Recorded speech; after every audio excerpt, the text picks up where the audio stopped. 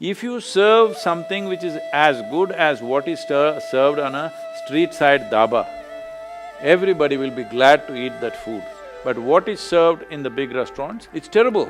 We are producing golf balls instead of idlis. I'm sorry I'm saying such things because I want them to improve. People with passion for Indian food have to take Indian food around.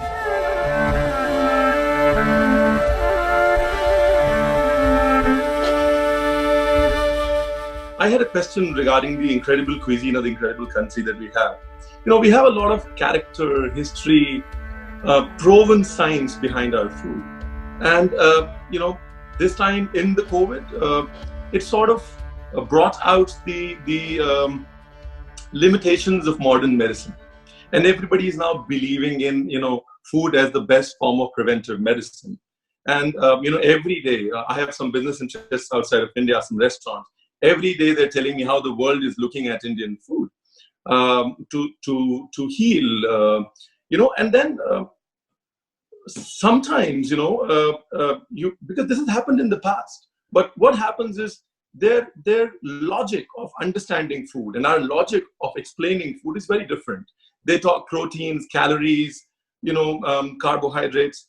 Our food is more cause and effect food, and also the way it is passed down to us is not through structured education books. It's passed down to us by grandmothers who've said, have this because I say so. So this mixture of intangible philosophy plus ancient wisdom that we have incorporated in our cuisine, which is effective, which sort of is proven over the years. And, how do we make our food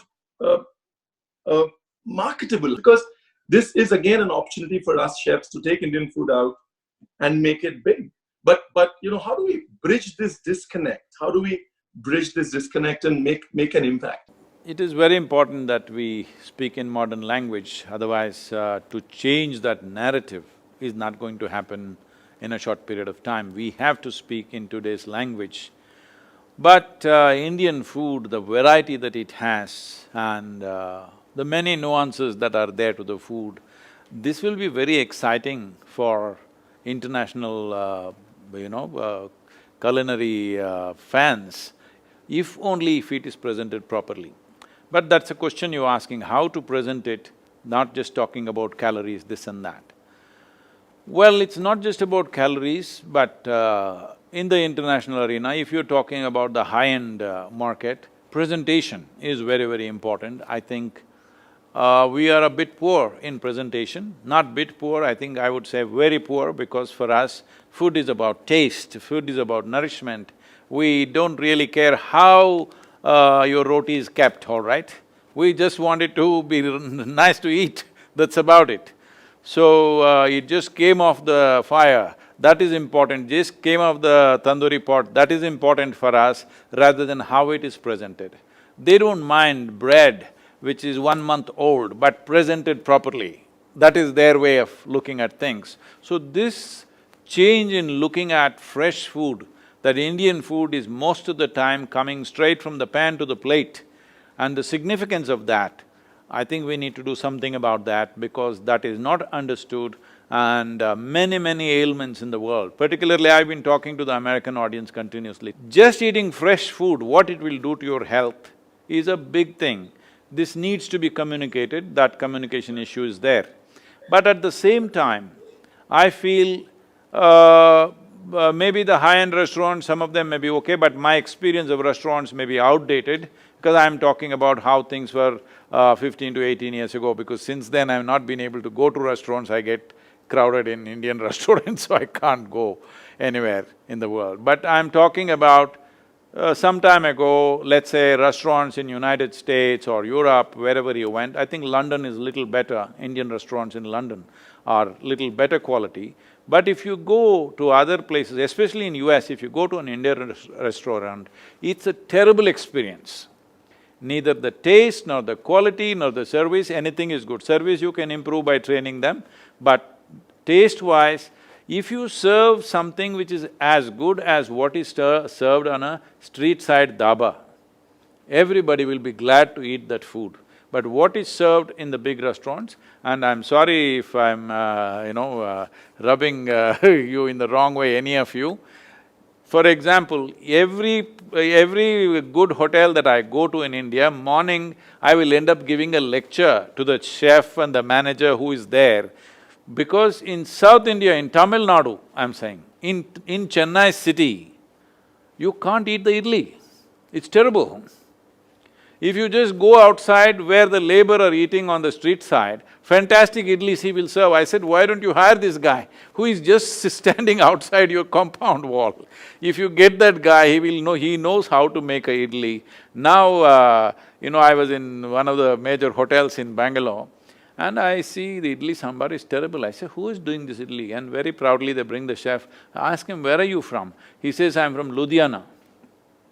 I don't know if you're from Ludhiana. I said, why is this Ludhiana guy doing idli here? Why can't you get one local guy? I'm saying such simple things are not taken care of.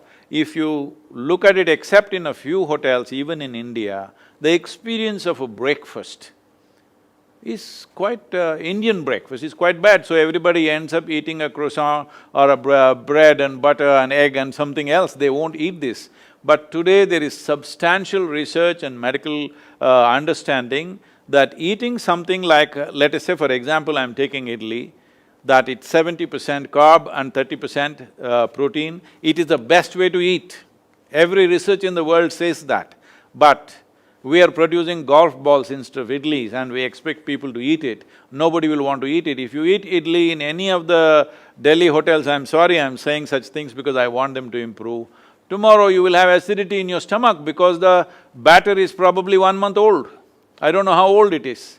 It doesn't work like that. It has to be done fresh, it has to be done in a certain way, because if people want to be healthy, these kind of steamed foods which have both protein and carb is the best thing to consume. So, I think in United States, a whole lot of small restaurant owners have assumed that nobody anyway understands, so you can serve them whatever you want, anyway a certain amount of… See, when people do business for livelihood, they do it one way. When people do business because they want to create something, they'll do it another way.